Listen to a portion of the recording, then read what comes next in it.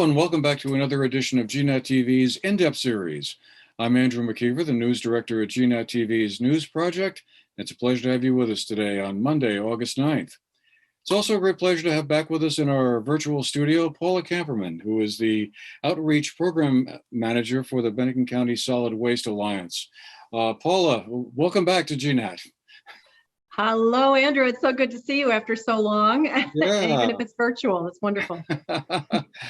It was about almost exactly 2 years ago we had you on one of our shows where you talked with us about the state of recycling and what the Solid Waste Alliance was doing at that time. And boy, July 2019 seems like another era almost, but I'm sure a lot's been going on in the 2 years since then. So great to have you back to kind of bring us up to speed on what's going on and what are some of the issues and challenges facing recycling and waste management as we go forward. So I guess the place I was thinking we could start is by having you tell us a little bit about what are some of the challenges facing the recycling at this moment. 2 years ago when we talked, the market at that point seemed to be in a bit of I guess a downward trend at the time compared to a few years before then. Cardboard and plastics and other recyclables were kind of, I guess, piling up and weren't able to be exported for various uses. Is that still the state of things, or has the pandemic in some way or another changed that equation? What's been going on? Well, a lot of things actually. Stateside, we had a plastic bag ban and a single-use plastics ban that went into effect on July 1st, 2020, which nobody seemed to notice probably, except those that were directly affected in the way of getting the law in place for the restaurants and everybody else that was dispensing those items. But it also, the pandemic itself created a challenge because we have more takeout containers that were in use, much more plastic disposable items that were used to, keep restaurants opening, getting meals out, but not using traditional reusable serveware. So we have a lot of plastic, to-go containers. Like we've got something like this, where it has two colors, black and clear. But the problem is it's a clamshell, but the black one is non-recyclable as a plastic, but the clear side is. But most people don't know that. They throw the whole thing in the recycling bin. Also is the markets, as you mentioned, steep demand occurred with cardboard. Everyone was at home having everything shipped to them. So, the shipping companies were in high demand for cardboard, and we're, left and right trying to urge people to recycle the boxes that they were receiving the shipments in during 2020 to help keep the feedstock supplies up to meet the demand for all of the shipping that was going on. But so moving forward, we have to think about, finding ways to deal with all this excess waste.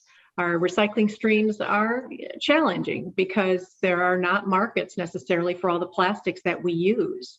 And so much of it is used in such a short time frame. So we have, you bring a plastic bag home or some other packaging and it's holding its contents, but as soon as it's emptied, it's thrown in the trash because most of it is not recyclable. We have, single stream recycling in this country, specifically in Vermont, but really only number 2s and number 5s are the ones that there are markets for. So these large haulers take everything, but they have to sort out what they can use. And then there are markets for the 1s, 2s, and 5s, and number 3s, 4s, 6s, and 7s largely are landfilled or incinerated. So that is a challenge. And that is something that is being put upon us to find a way to solve, as residents and municipalities are paying for this recycling. That is bringing us to another conversation. I don't know if you saw in the news recently, but Maine and now just this week, Oregon have put in extended producer responsibility legislation that have passed into law now, requiring producers of packaging, consumer packaging, to basically see to it that packaging is recycled, whether it be footing the bill entirely. That means the recycling costs, hauling, getting it back into the recycling stream, and or working with extended producer responsibility organizations that help do that stewardship to make sure that there's a program in place, like we have in Vermont right now with paint care and e-waste and fluorescent bulbs. Those are extended producer responsibility programs in place to get that stuff out of the waste stream. So that's starting just in little bits and pieces, starting in parts of the country now that we hope will spread, hopefully maybe to Vermont sometime, to get people to get the products that we're taking and their packaging out of the waste stream so that it goes back into reusable stuff. So all those pouches that you see that you have to throw away because they're not recyclable, that has your favorite snack in it or something, it can actually get recycled at some day. That's what we hope. So I'm wondering what kind of drives the economics of the recycling market? Is it the sheer volume of material that's being recycled or attempted to being recycled? It sounds almost like we're recycling so much that I won't say we're victims of our own success or whatever, but it sounds like the amount of material in the stream is causing some of the backlog. Would that be the case? Well, yes and no. Nationally, there's probably 11% of all plastic ones and twos are actually being recycled. So stuff is still being landfilled. We can always do a better job. Years ago, when waste haulers asked us to separate our ones and twos and threes and all the different things that were binned with our aluminum and our steel, and then they decided, let's do single stream, because the haulers realized they could probably get more feedstock or the recyclable material that they could use if they went to single stream recycling, which in itself is a good idea. It's just that the markets have changed pretty dramatically since then. China no longer is taking every bit of plastic that we used to send them, and other countries are in the same situation. So they need to look for markets. So part of that is building a market that is going to want the feedstock that is coming back in through the recycling stream, and also get enough people to recycle so that the cost benefit analysis works, the benefit for recycling costs. Some costs for recycling are so high that it's almost a disincentive to recycle versus making new. I mean, there's some argument about that about glass. I mean, some people say it's so heavy and cumbersome to move around and crush that it might just be easier to just make new glass. There's some argument about that. But in the end, we need to use less, keep our demand down, go to reusable material or refillable materials so that we're not, just taking a bottle and throwing it away after, it's on the shelf for a few weeks because we've emptied it out. We can get more creative that way. Oh, excuse me. I was just interested. Why isn't China taking as much recyclable cardboard and plastics and glass and whatever else as they used to? Is there some problem there? Is it political or is it more? Well, it was, yeah, I think so now I've lost track of time here with COVID.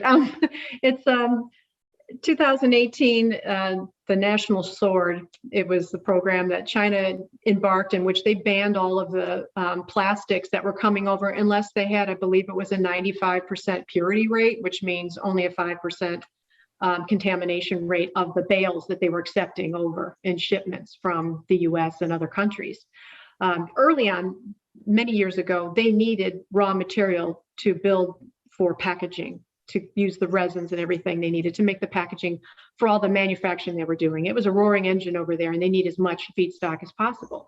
But fast forward, they're finding ways to make their own manufacture, their own feedstock. They don't need ours. The contamination rate was getting so high that to them, it wasn't a good business model to continue. And they just said, stop, unless you can guarantee us a 95% purity rate, we're not interested in your material. So then it makes a big strain on the market in the US because they have to find other markets and other countries that are willing to take it. And it's kind of been a domino effect. There's other countries that wouldn't take it either. So then it gets to be a very confounding situation where now it's just, instead of being put on a container ship and sent over to another country, a lot of it is just landfilled or incinerated. So it's a bit of a problem. The 1s and 2s and 5s that I mentioned that do get used, I know Casella does, which is the biggest hauler in our region, takes it and keeps it stateside. They have markets here, so it's not being shipped off. And they have told me that they did have, when they were sending stuff overseas, it met the purity standards anyway, so they weren't in a situation. But fortunately, there are some more plants being built stateside. Most of it, though, I believe, is mixed paper and cardboard, because that's where the money is right now. Commodity rates for cardboard and mixed paper are good. And so there is a couple of Chinese businesses that have come to build factories, recycling factories in the eastern part of the country, mostly, that will be able to take all that and process it and ship it back to China, because they find it's also in their best interest to go right where the source is and recycle it and then send it that way. So I'm just curious, is it really difficult to meet that standard of 95% purity that the Chinese want, or I wasn't sure from your answer if that meant we were getting better, or if, is there some problem with not being able to kind of meet what they are hoping to have? I guess close to 100% of non-contaminated recyclables. I can't speak to the nationwide statistics to tell you whether there's a problem even meeting that. I think a lot of it has to do with the process at the MRF, the materials resource facility, that's actually going through and sorting all that. If they're able to sort effectively and get the material baled that is clean and usable, then then they should be able to meet that. If it's not, the standards aren't being held at the MRF, then that's where the problem starts to occur. So it's I don't know exactly the process countrywide. What is everybody doing? My job is to try to get people that are getting smart about recycling, and that's where I try to educate people about making sure that the materials that they're putting in the recycling system are going to benefit the haulers and the markets at the end, so that they have good feedstock to work with. And then this recycling program essentially works. I mean, it has flaws, but it works with what we can, what materials we can work with. So one of the other big changes in the whole recycling and waste management scene since we talked, and we actually discussed this briefly during our conversation 2 years ago, was the food scraps issue. That came into effect about a year ago. How's that been going? That must have been a lot of adjustment for people to kind of get used to. And it seems like, I remember going to our local landfill here about 2 months or so ago and being charged $1 for my food scraps, and then that dollar fee went away. I guess probably there was a lot of pushback, shall we say, from folks who were complaining about that, and I suppose the concern then was that people will say, hey, I'm just going to dump this into the trash like I've been doing for the last 100 years or whatever.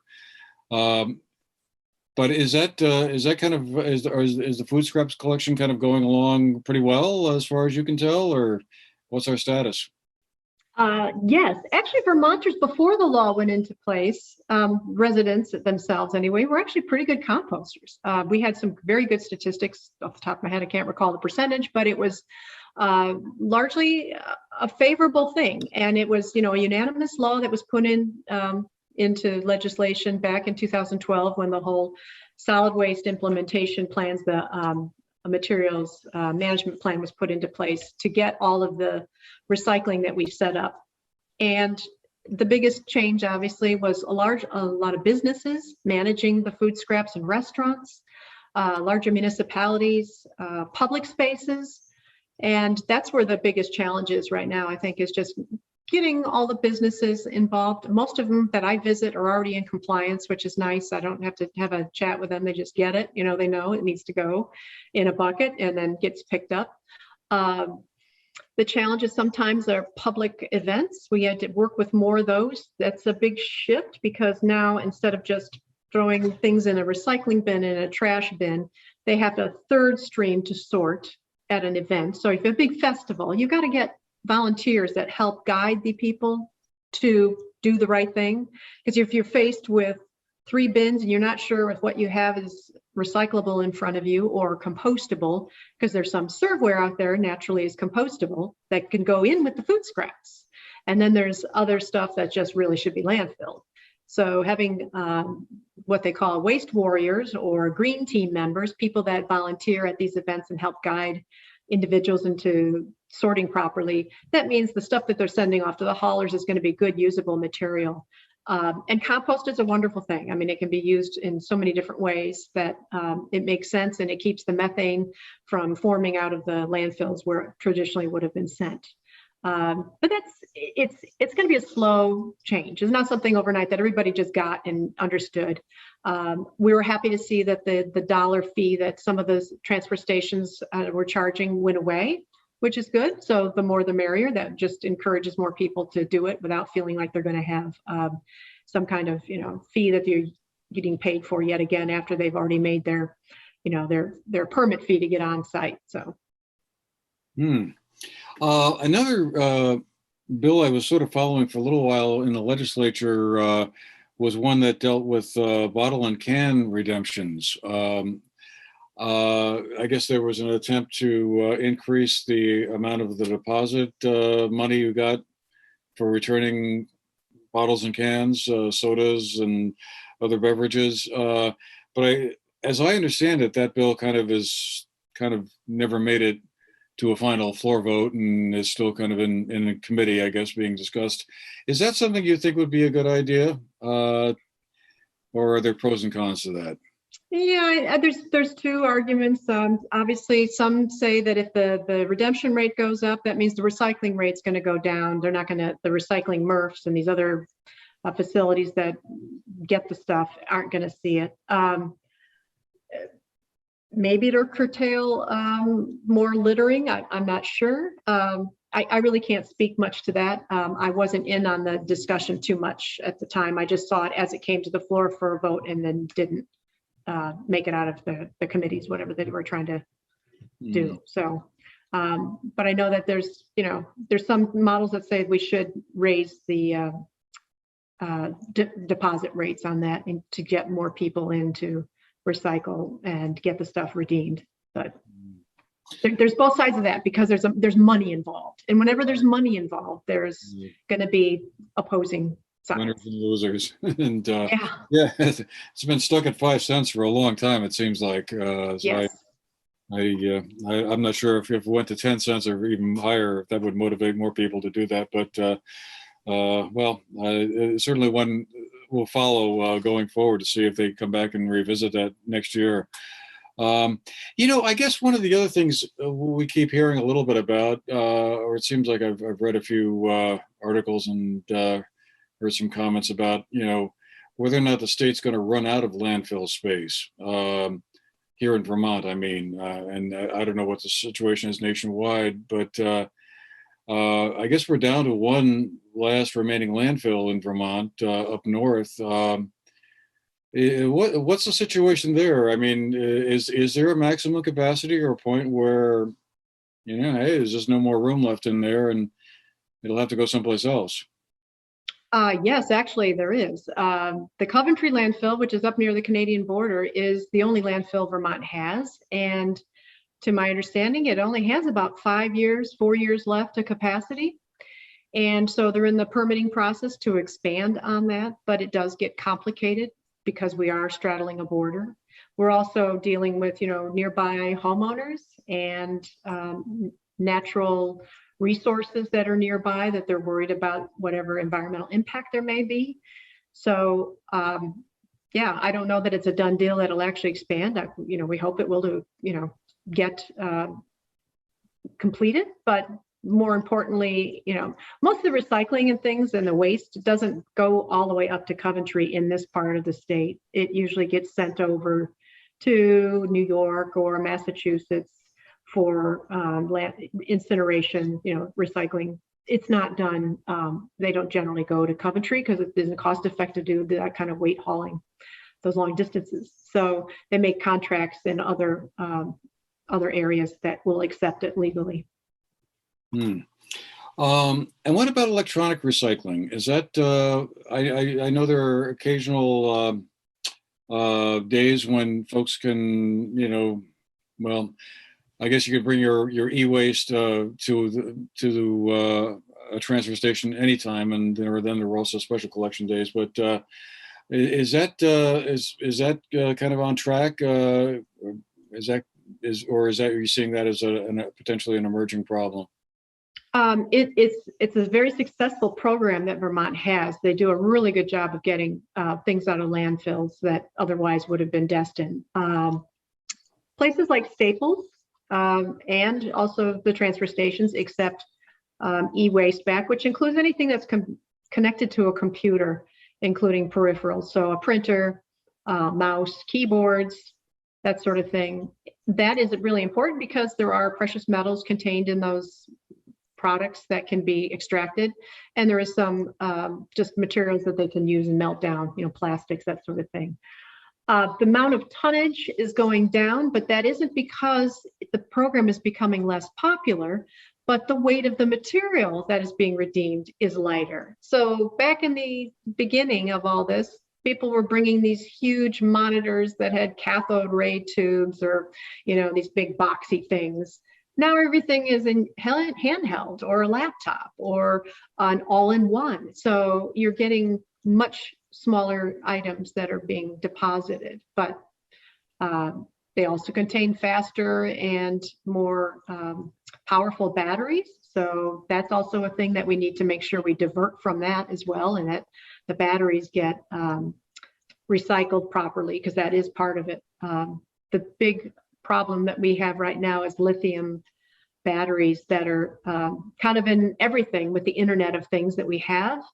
The batteries are getting more powerful, which is great. You can charge your phone more times and it charges quicker and it holds a charge longer, but it also has a higher risk for fires and explosion, which occurs when things get stomped down in a transfer station with heavy equipment, or it somehow starts in a FedEx truck on its way back for recycling. They have to be packed properly and stored properly so that there isn't the risk of fire and explosion, which, the Sunderland transfer station is a perfect example. That burnt to the ground and could very well have been from something that, like a battery that was in there that had. It also happened in upstate New York, another one, transfer station burnt to the ground because of that. But we're getting, electric cars, electric bikes.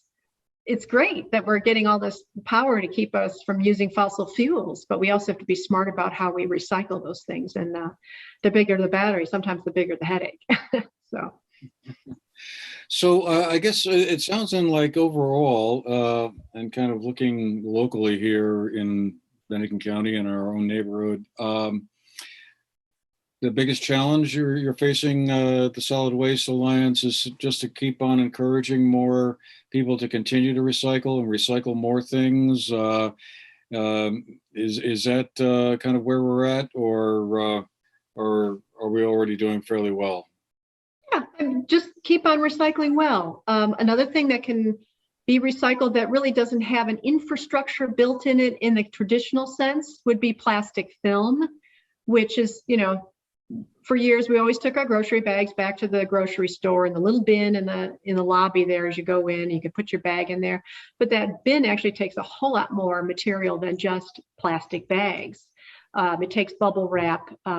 Think of Amazon blue and white padded shipping envelopes. Those are made of low density polyethylene, LDPE, which is number 2 or number 4 plastics.